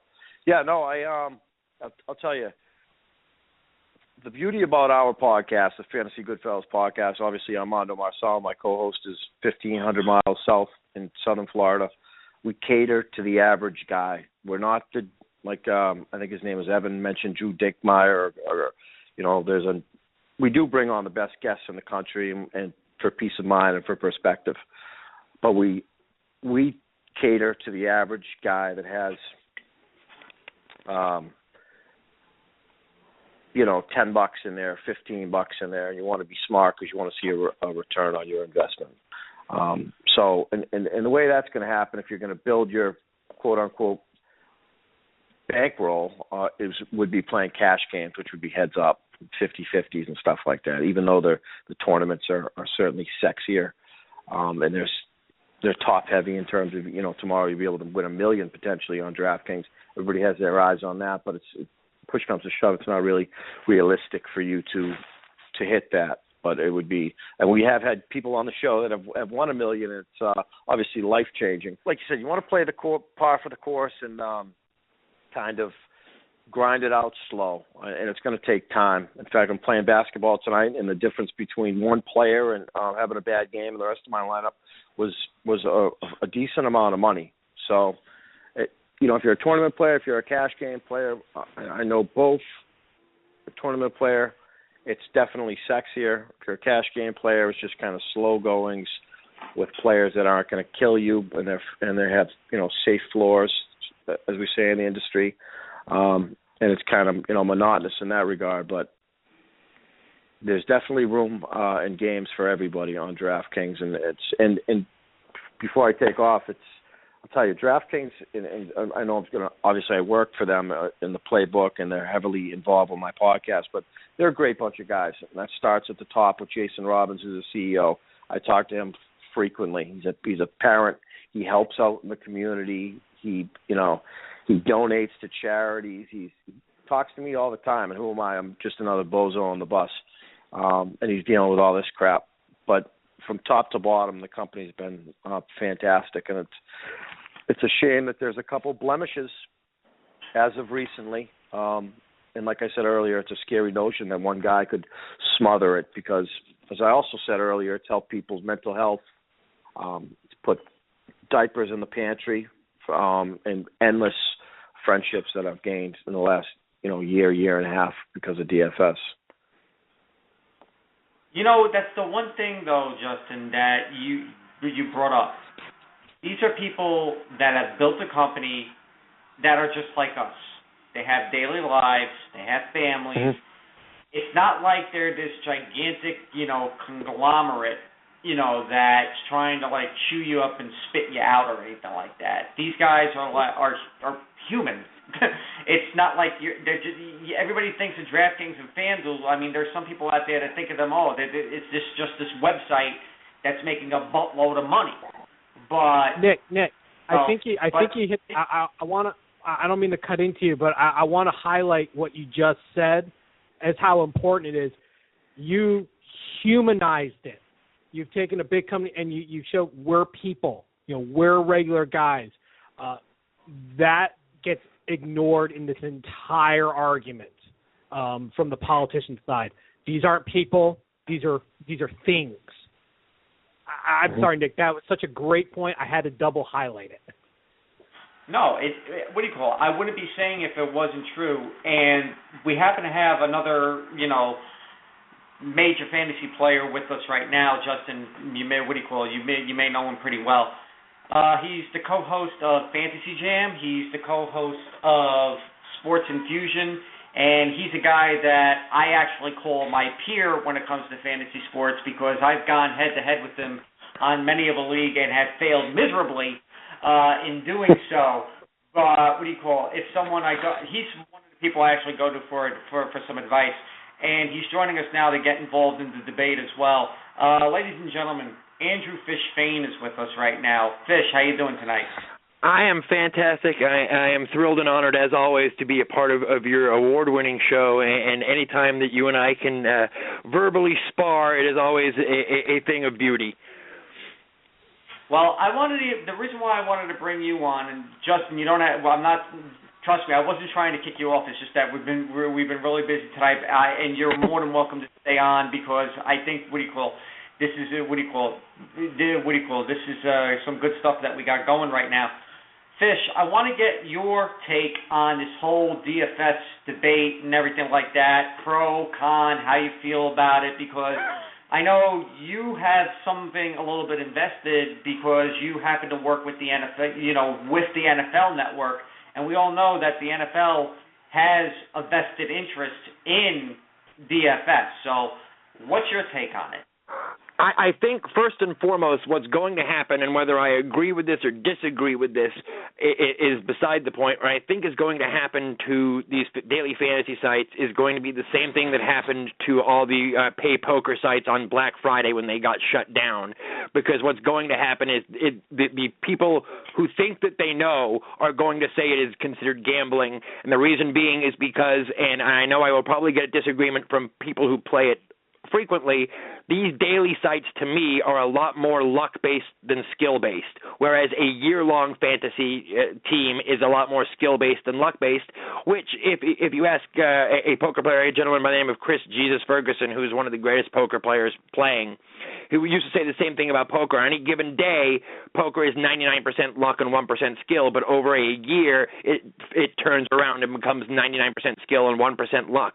And I think that happens with these daily fantasies, and I say that because everybody is always obviously going to get one of the great players. You're always going to try to get the Aaron Rodgers or the Tom Bradys or the Antonio Browns, whomever those expensive guys are. The guys that make the difference in these leagues are going to be the guys that you most people may not even know and are the $2,000 or the really cheap guys. And those are the guys that in baseball especially, and this happened to me in those daily fantasy baseball leagues all the time. A guy that never plays happens to play that one game, and I happen to be lucky to have him, and he hits 2 home runs in a game, and that's why I win.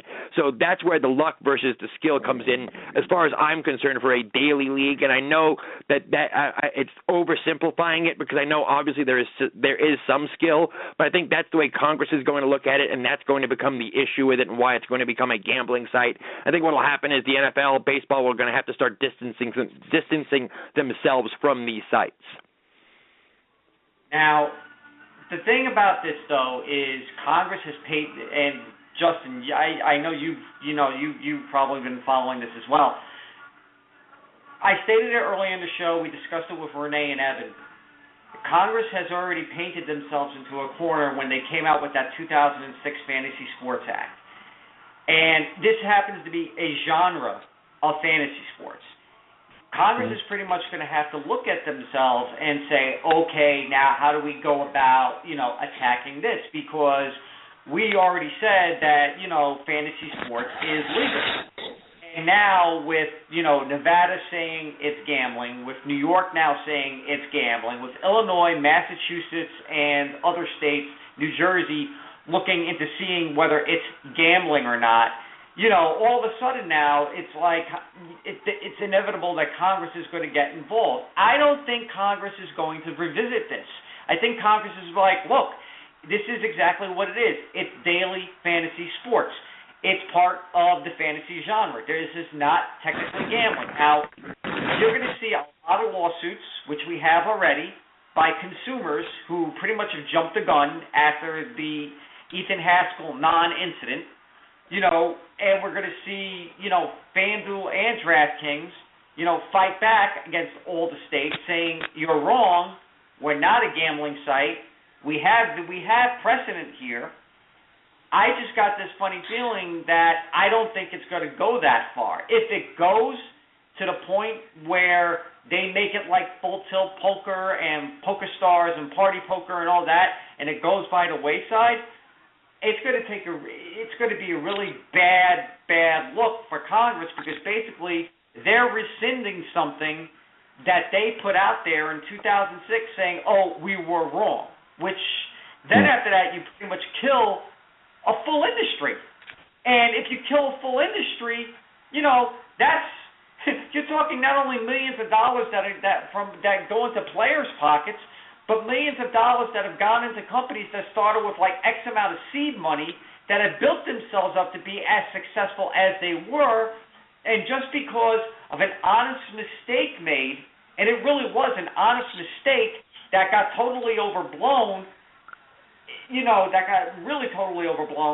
that this has mushroomed into something that's gone above and beyond pretty much the Call of Duty.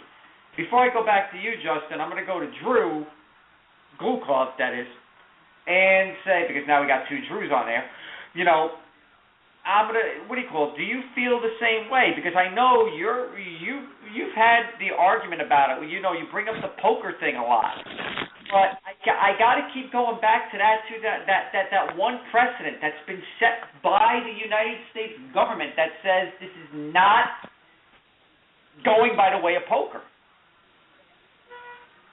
Well, I'm not the biggest supporter of daily fantasy sports, mostly for the fact of it's unregulated at this point. If it got into some sort of online regulation, I think online poker needs to come back. I played it. I enjoyed it. I invested a whopping $50 in it and did it for enjoyment with the $1, $2 and penny games, and never fell behind and never lost control of myself. I am the majority. I am the regular person. What they're afraid of is the minority, the people who get absolutely addicted and go completely haywire. But they're also afraid of losing revenue. This is money. This is a money grab. This is what it all comes down to. I guarantee you, the states will change their tune. This is like what Nevada did. Nevada said, come back and register, and you can do your thing. They want their cut. That's what it all comes down to, is they want their cut. The states are going to do anything possible. And because of the nature of the business being interstate, this is good. Now we have two contradictions that are going to fight each other. You have the daily fantasy sports, or the fantasy sport law enacted by Congress. You have the 10th Amendment. You have two things now duking each other out because this is interstate commerce. And that becomes a state issue, state to state. So each state makes their own decision on that. So here's the question. Does the 10th Amendment trump the fantasy sports? Does the fantasy sport trump the 10th Amendment? What happens? We don't know yet, because the courts are going to definitely get involved because of that contradiction. I think there's got to be a medium, some sort of happy medium, Nick. But in its current state, daily fantasy sports, it is gambling. And we don't have an online gambling outlet anymore because of what happened on Black Friday when the poker system got shut down. I was very disappointed in that. But to kind of wrap it, so we can pass it off to our guests, I would love for her to stick around, because I know it touches a lot of people's lives. They enjoy it. They find it fun. Some make a career out of it, much like poker on TV, the World Series. People make money on it. They enjoy it. People love watching it. We should be allowing people to the pursuit of happiless. If that's what makes you happy, why are we standing in the way? As I said, there's got to be a happy medium somewhere in the middle where the states can at least get a little piece of it, because that'll shut them up. And the fans and the people in these companies that have built it up and made a life out of it get their piece too. There's got to be something in the middle. Justin, I know you said you got to get going very shortly, but I wanted you to get a last word in on this, and then after that, just let the people know where they can find you on social media, as well as give them one more plug about Fantasy Goodfellas. Yeah, I can be found on Twitter at @Lanero_Justin, and the Fantasy Goodfellas podcast can be found at FGoodfellas on Twitter. Yeah, I mean, that was nicely said, and I played online poker as well, and it was of course it was different.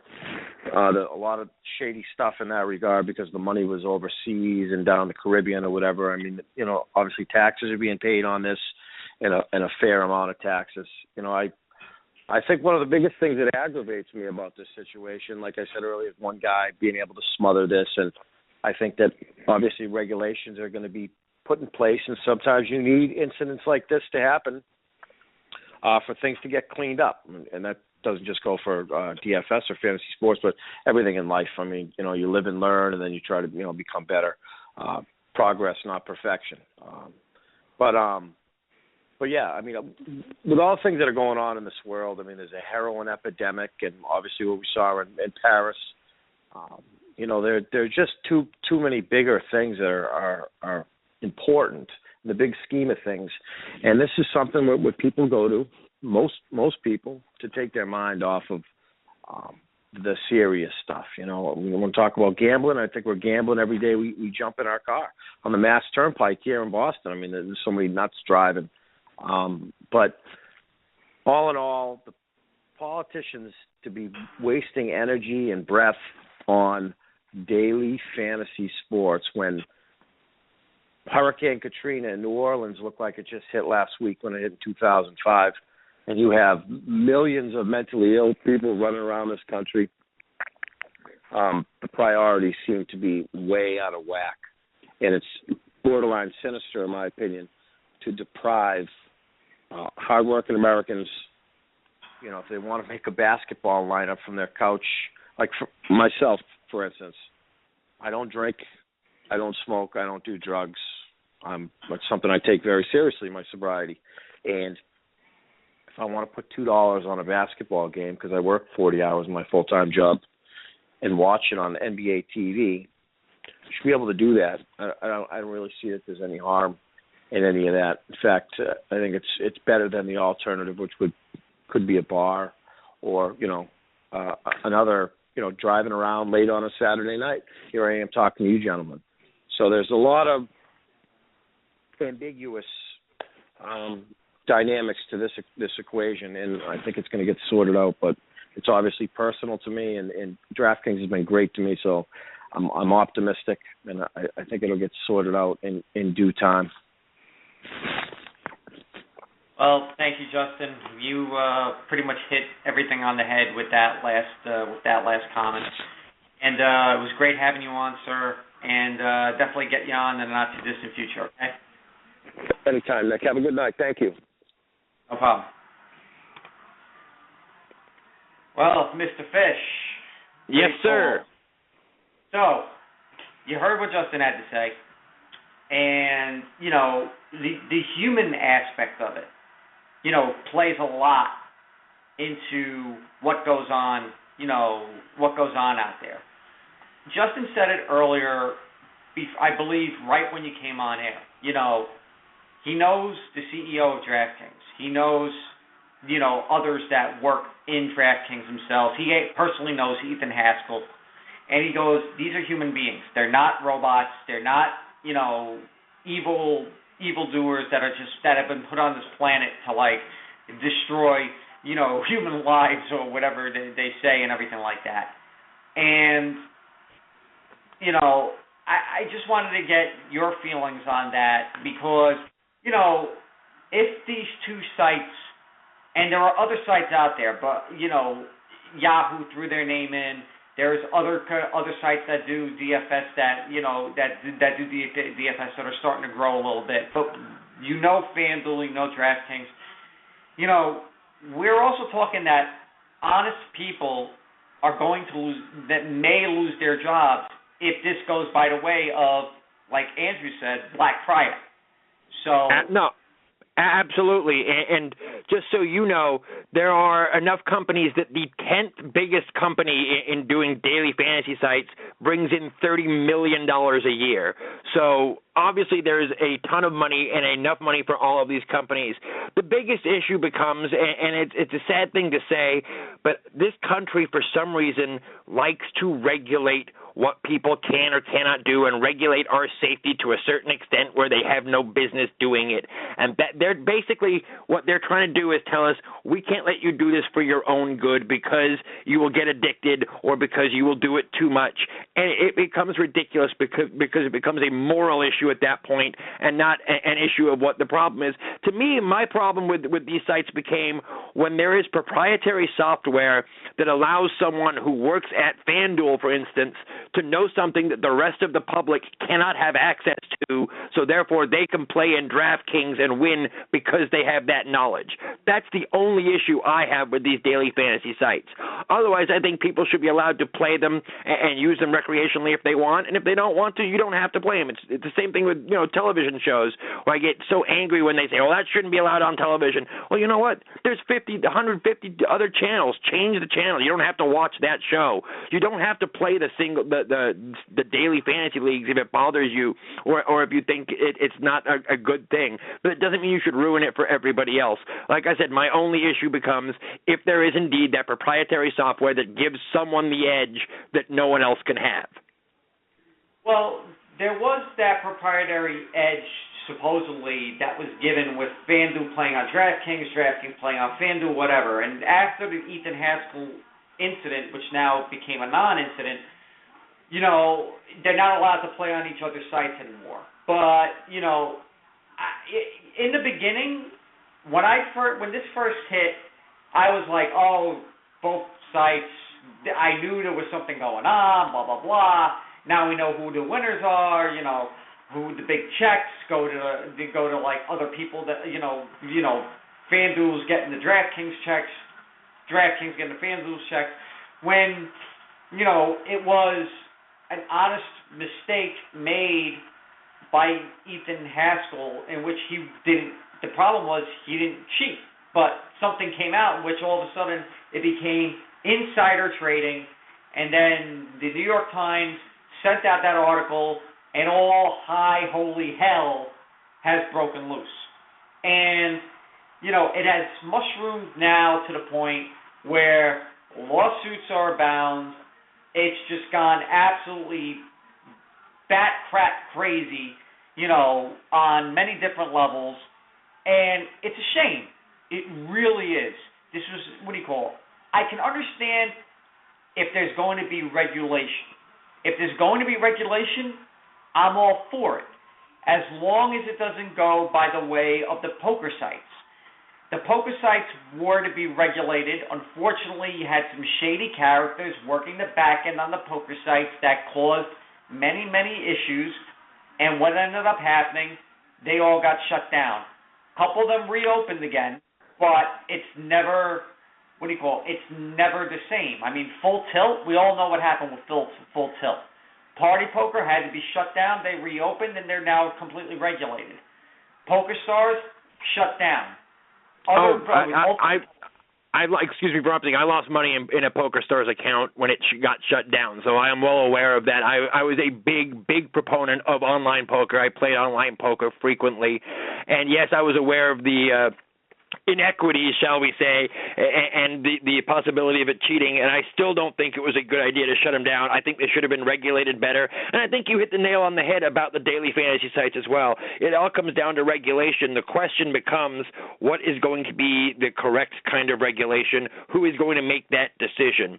Because part of the issue also becomes the same reason about general sports gambling being legalized or not, and the reason why it is localized in Las Vegas, although I know there is more money bet illegally than there is legally, is always, it harkens back to 1919 in the Black Sox, and if there's a lot of money legally going around, someone eventually is going to get to one of these players or to a referee. I mean, we all know what happened with Tim Donaghy in the NBA, and that's the biggest fear of all of these leagues, is that something's going to happen that is going to show them in that kind of light where there is cheating and everything is not on the up and up, and it ends up being like the WWE. You're absolutely right. And with that being said, Mr. Fish, it is time to end this segment. And we'd like you to once again let the good people know where they can find you and tell them about the plethora of shows that you happen to be on. It's a veritable cornucopia. On Tuesday nights, I am actually a guest every Tuesday night on Yahoo Radio on Sports X Radio out of Las Vegas. On Wednesday nights, I am with Pamela Michelle on Sports Infusion on the Inscriber Digital Media Network. Every Thursday, I'm with my co-host Chad the Buffalo Sotera doing Fantasy Jam. I also write a ton of stuff for Inscriber Digital Media, and proud to be not only a peer but a friend of yours, because you are one of the best, sir, and it is always a pleasure, and anytime you want me on, I would love to be back. Absolutely, Fish. Absolutely. You have a good night, sir. Have a good one. You too, sir. Take care. Oh, my gosh. I think I'm DFS'd out. What about you? Next. Anyway, there happens to be other things happening tonight, ladies and gentlemen, and we have about 20 minutes left in the show, so we're going to pound through some news of the week right now. And right now, college football being played as we speak. Oklahoma is beating Baylor. I really hope Oklahoma wins. It'll just end the misery of the Baylor Bears. Don't have to listen to Art Briles bitch and moan and complain anymore. And I will say this, if Oklahoma wins, Oklahoma will beat Oklahoma State. Oklahoma will make the top 4. Your thoughts, Mr. Glukov? No. Not until someone else falls. They're not going to jump Notre Dame, who's going to be number 4. I don't think so. The schedule is so soft in the Big 12, I can take a nap on it. The fact that Baylor's losing to Oklahoma just means a team with a soft schedule is losing to another team with a soft schedule. They still have soft schedules. That they've already screwed themselves. They need someone to lose. Here's the problem. Oklahoma's going to have to get past Florida. If Florida wins out, they're not getting past. Oklahoma's not getting past the Gators. It's not happening. You have Iowa, had a close game against Minnesota, still undefeated. They're ahead. They're going to stay ahead. Oklahoma needs a lot of help. Granted, a number of teams have lost. LSU's dropped. Stanford has dropped. I mean, that's big in this, but I don't think it's enough. It's definitely not going to be enough. And with North Carolina pummeling Miami, I expect them to jump up and start creeping towards Oklahoma to the point where if North Carolina runs the table and beats Clemson in the ACC championship game, I don't think there's a damn thing Oklahoma can do about it, and will get jumped by even North Carolina. Here's the truth. The Big 12... This is where I disagree. Right. Say what? This is where I disagree, but I will let you finish, and I'll tell you why I disagree. All right, well, let me just finish up real quick. With the strength of schedule being so soft in the Big 12, they have done this to themselves. They already damaged themselves last year, but they continue to have a very demented policy on scheduling that started with Kansas State and has now extended to everyone else in that conference. You can't take them seriously because, yeah, you cannibalize yourself, but what did you do against the teams not in your conference? Some of them struggled. Some of them struggled against bad teams. Some of them just looked fair. However, winning an easy game doesn't matter. You got to play something good. Why do you think we're having these huge kickoff classics in Atlanta, in Arlington? Because strength of schedule actually matters, and the Big 12 doesn't get it, and they don't get it, and they won't get it until they get shut out of the playoffs yet again and have to do some real soul searching, expand to get a conference championship game. The lack of one is going to hurt them again. Improve the scheduling process. The lack of marquee matchups is hurting them. If one of those teams had a marquee matchup that's actually a half-decent team, that would help everyone else because it would improve. It's like the whole RPI system. One schedule impacts everyone else's, and they all suck. Well, this is where now I can say I disagree with you on Oklahoma. Look, Baylor, sisters of the poor. TCU, sisters of the poor. Oklahoma State, sisters of the poor. I get that. I totally do. Oklahoma, their schedule at the beginning of the year, they played Akron. Okay, that's the sisters of the poor. They played Tennessee, a ranked Tennessee team, and beat them in double overtime. They played Tulsa, who happens to be right now one of the top teams in their league, and they beat them. When they played West Virginia was ranked in the top 25. Yes, we all know the bad loss to Texas. I understand that. I get that. It was at the early stages of the year. This is where the scheduling now comes into play for Oklahoma. You're playing the number 6 team in the nation right now in Baylor. Next week, you're playing a team in TCU that's going to get a bump in the rankings because of the losses that are taking place with some of the teams, in which they're probably going to be in the top 12. Then you're probably going to play an undefeated Oklahoma State team in the Bedlam game at the end of the year. This is what you call strengthening your schedule at the end of the season. This is where the scheduling will play for them.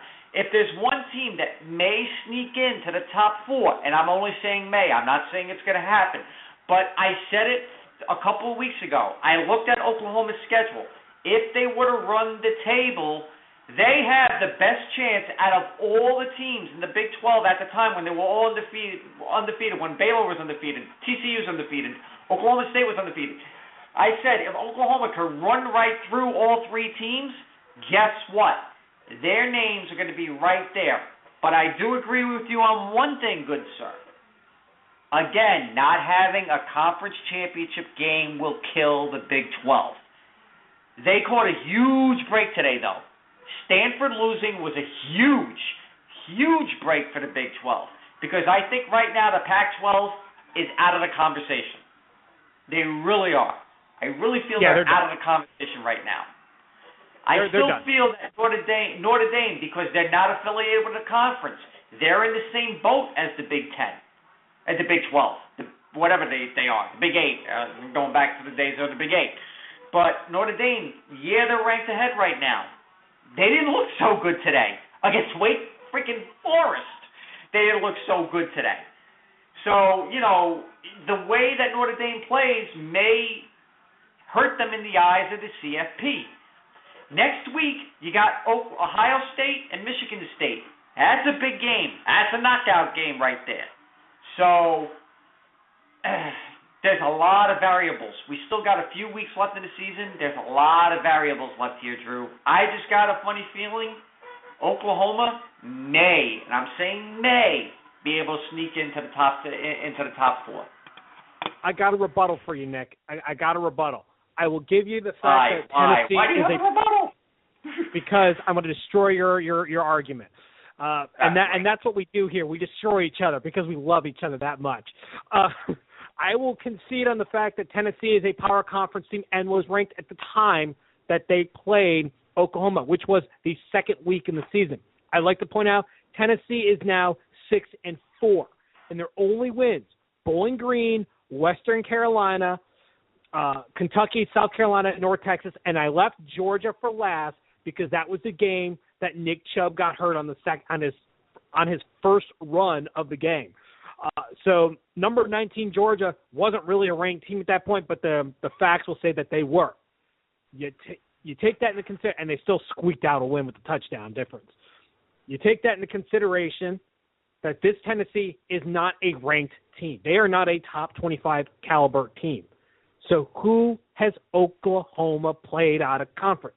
They played an overranked Tennessee team that got put in their place and has one meaningful win in this season. I mean, come on. You play Western Carolina and North Texas. You're supposed to win those games. You squeak by South Carolina. Okay, it's a conference game. Things happen. Other than that Georgia game, which if Chubb didn't get hurt, they would have got their crap kicked out of them.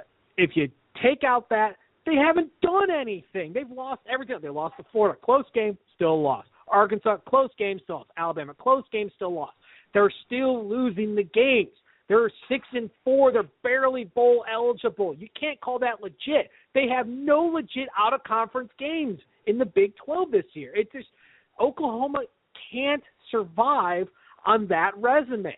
It's just not going to happen. Plus, Notre Dame, what benefits them is they're already up there. The fact that Oklahoma is still outside of the top 10 at this point, while they will get a bump with LSU and Stanford losing, they still got other teams to get through. If anything, Iowa could jump through. They just beat the number 6 team in the nation. The game is over, 44-34. They just beat Baylor. Baylor. That's the first of the round robin games that has taken place now in the Big 12. The next one is against TCU next week. Now, granted, TCU did not look good today against Kansas, squeaking by 23-17, but you're still going to be talking about a team that's going to get a slight bump and might be, top 12, I'll say, 12 or 13. This game will put Oklahoma possibly, they will get into the top 10.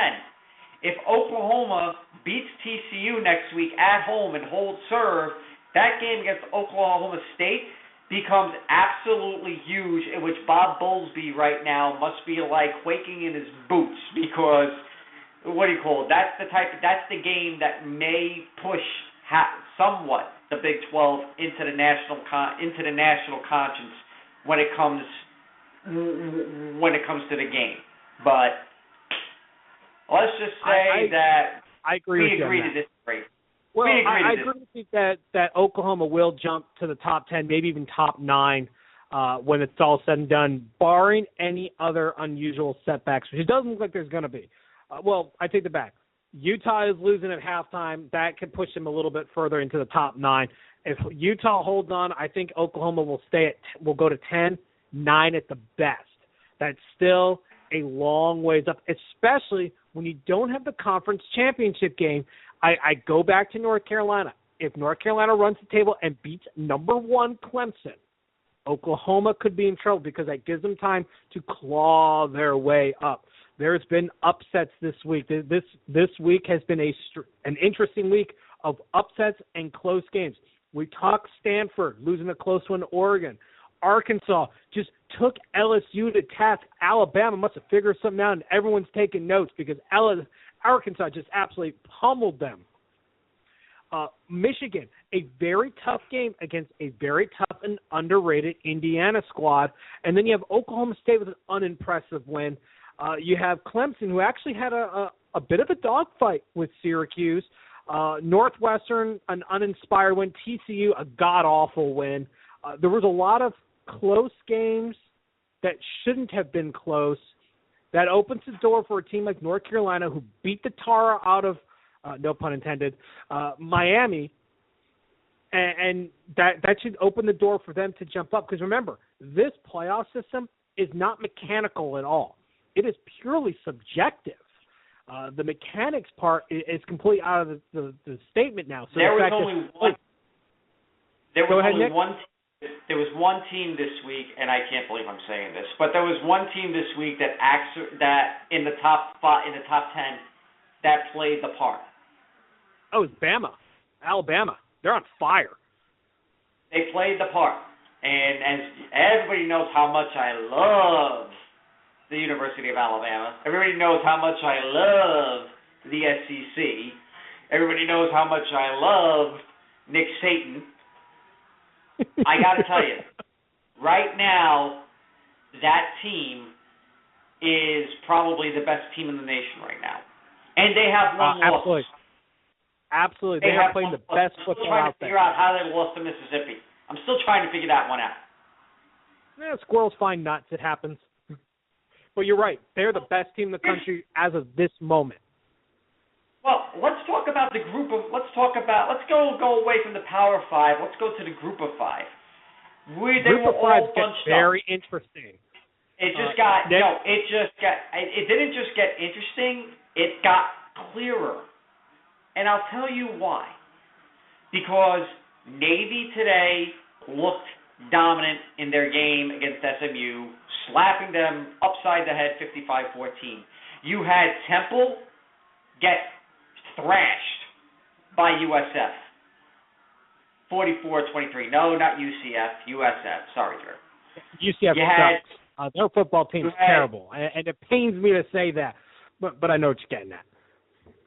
You had Houston nip Memphis 35-34. Memphis, Temple, nice knowing you. You're dropping out of the top 25. Navy and Houston right now are the two teams that are going to be locked up in the dogfight to get that spot to play on a New Year's Day bowl. We know that. It's getting very, very interesting, though, in the fact that once was like 4 teams from I believe they're all in the AAC. Now it's down to 2 teams. And that's going to happen. I'm going to ask you, since you're the expert, have Navy and Houston played each other yet? And if not, Are they playing each other this year? The answer is no, they haven't, but yes, they will be. Navy is Houston's last game. That is the 12th game of the schedule. They are division rivals. They're division opponents. So one of them will win the American West, and the other will not. However, what makes this interesting is you've got Navy, and you look at their schedule, and you're like, oh, geez, they've got 12 games. They've got Army afterwards. So Houston, obviously, the 11th game. Should they run the table?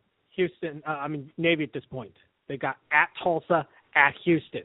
They then play the American Championship against probably still it's going to be either Memphis or Temple. That one's still up in the air after what happened today. This would have locked up the East for Temple if they won, and they did not. You now have that championship game. Then you've got Army afterwards. And the college football playoff is nervous. They are very nervous, to the point where they actually had to go out and tell people, we're going to change how we're going to do the final seedings because Navy. I'm laughing all the way because no one expected Navy to do what they're doing. Keenan Reynolds today set the NCAA record for rushing touchdowns by a single player. He's got, 75 at this point? I mean, it's ridiculous. I'm loving this. And the thing is, you have what has set up to be an outstanding end-of-the-season matchup, ranked Navy, again, being hosted by ranked Houston. Now, right now, Navy's 20 and Houston's 24, but Navy already had the Memphis win, with Houston defeating Memphis in a really close game. I mean, really close. Came down to the last 70 seconds. Will Houston jump up over Navy because Houston's still undefeated? They're the last of the undefeateds in the non-power conferences. Where does Houston end up? Because the popular team will be the one that's ranked higher. I think Navy's going to be the popular team, but and that's because I don't like Houston because a lot of their players are tool bags. But Houston's really good. I mean, they're really good. Hopefully their injury issues aren't a problem. They lost their quarterback during the game, did not come back. So the dynamics of Houston may change, but they do have a softer game at UConn in next week, so they do have a setback. But Nick, I'm telling you, this is the game of the year at this point between those two, because I don't expect Navy to lose at Tulsa. So you got 9-1 versus 11-0 at that point. I hope ESPN does them right, because it's Friday night and it's the only game in town. So it's going to be on national TV and everyone gets to watch it. It's going to be great football. We're going to love it because Navy's so much fun to watch with the triple option. I love college football. I could tell. Well, here's the funny thing. With Mississippi State losing, with LSU losing, with Memphis losing, with, Stanford losing, with Utah right now losing, you have some teams that are ranked ahead of both Houston and Navy that may fall by the wayside. Don't be surprised. If you see Navy and Houston make a nice bump up in the rankings. I'm thinking for Navy about 3-4 slots, and I'm thinking Houston about 5-6 slots. You're talking about two teams that might be top 20 by the time the next CFP rankings roll around. And that game, that glorious game, if everything holds serve between Navy and Houston on a Friday night, I could tell that it's, they're going to be up a lot of that game. Dude, Navy could end up going to a New Year's Six bowl. I mean, who would have thought in the modern era that an armed forces academy would could end up in a New Year's Six bowl. Not I. I'll be honest. I love watching Navy and Army play, just not necessarily each other, but in general because of the style of play. But I did not expect Navy to be this good right out the bat. I thought that they would at least hit a few bumps in the road going in. But Nick, Navy's already 20. They're top 20. Houston's outside at 24. Houston's undefeated. So I'm wondering, with the subjectiveness that is the CFP system, I don't know if it really matters that some of these teams have lost so much. I think they're just going to throw a team in there and say, hey, look, Houston's undefeated, and they've earned it. They got a very legit win against Memphis. Boom, there they are. The problem with the CFP is we have such a mechanical way of thinking. Yeah, we're going to go to overtime just for a little bit, and then we'll call it a night.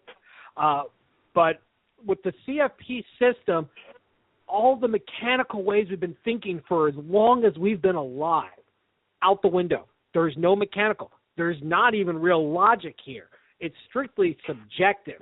I mean, when you had Alabama number 4 at the first rankings, and they actually did not look like the 4th best team in the country at that point. They since turned on the Jets and have proved otherwise. But at the time, did not look like a top 4 team. Everyone's scratching their head going, what is this? And that's where the subjectiveness comes into play. Their reasoning was terrible. Their excuse, terrible. They didn't have a good reason because it was subjective. There's your bias there. So part of me thinks that they're going to throw these two teams, particularly Houston, much higher because of the undefeated record. But then the bias of the group of 5 is going to relegate them back down a little bit. So I'm thinking that I got to temper my expectations here. One side would love to see them. Honestly, go ahead, Nick. I think that one of them, whoever wins the AAC, is going to go play in the Fiesta Bowl. I mean, it seems to me that the group of 5, it doesn't matter who it is going to be playing in the Fiesta Bowl. Now, it's got to be the highest ranked team of the group of 5. So that basically whoever wins Navy Houston and wins the AAC after that, if they win whoever wins and goes on to win the AAC conference, pencil them in. Actually, no, permanently marker them in to the Fiesta Bowl, and let's see the chips as they fall on who they play. Because the winner, the only thing that I am so worried about, and it's making me sick to my stomach, that whoever wins that game goes and lays an egg in the AAC championship game. And I'm going to be just sitting there crying because that means the group of 5 does not have a representative because they weren't ranked in the top 25. That's the scary part, Drew. That's the one part that makes me sick to my stomach because you have to be ranked to go play in a freaking New Year's game. To do all that work and to possibly lose to, say, SMU this is just throwing something out there. Whoever it is, if Temple's unranked or if Memphis is unranked, and if they win, being that they're unranked, they're not going to get that New Year's Bowl, which is going to suck. Yeah, and the thing is to kind of, there's a team waiting in the wings to see what happens here, and that's Toledo. If Toledo wins out and the American kind of cannibalizes itself, there's the potential that Toledo can sneak back to 25 and satisfy that requirement and be the team in. But Nick, and after that, okay, let's think about this for a second though. Toledo playing in the Fiesta Bowl. Scary thought. You can only imagine what the spread is going to be for that game. With that being said, ladies and gentlemen, this was an amazing show that we had tonight. We had some great debate on the DFS subject. We just spoke about college football. We did have other news of the week, but being that we're already knee-deep into overtime, we don't want to get cut off by the good people at BTR. So we'll be talking a lot more sports next week. Well, actually, I'll be talking a lot more sports next week. My esteemed co-host will not be around next week. He will be doing some good deeds with the good people of Sarasota next weekend. But fear not, there will be a special guest co-host. I don't know who it will be yet, but I will eventually have one. And we're going to be giving you what we always give you here on the Mad Scientist Sports Lab, real good, real hard, and real fast sports talk without any particular BS that other networks like to do. With that being said, my name is Nick Ficcarelli. I am the Mad Scientist of Sports. You can listen to me live here every Saturday night, 10 p.m. Eastern Time, 7 p.m. Pacific Time, right here on the Inscriber Radio Network. But fear not, we do have many, many, many other networks that we can be heard on. I don't have the list in front of me right now, unfortunately, because I wasn't prepared to do that. But trust me, we are on like 13 other networks, and we thank every single last one of them. If you go to my Facebook page, you know exactly who I'm talking about. And with that, I give to you Dr. Andrew Glukov to say his good nights. Thank you, Nick. My name is Andrew Glukov. You can catch me here for the Mad Scientist Sports Lab, 10 p.m. to 12 a.m. on Saturday nights. You can catch me also on Sky's the Limit Radio for Off the Cuff with Chad Brokoff and myself, and that's 11 a.m. to 1 p.m. Sundays. You can catch me on Twitter at StatBoyDrew. Nick, take us home. Well, it's time to tone down the beacons. It's time to erase the chalkboard and put up some new experiments. It's time to get some new test subjects to come in next week, ladies and gentlemen.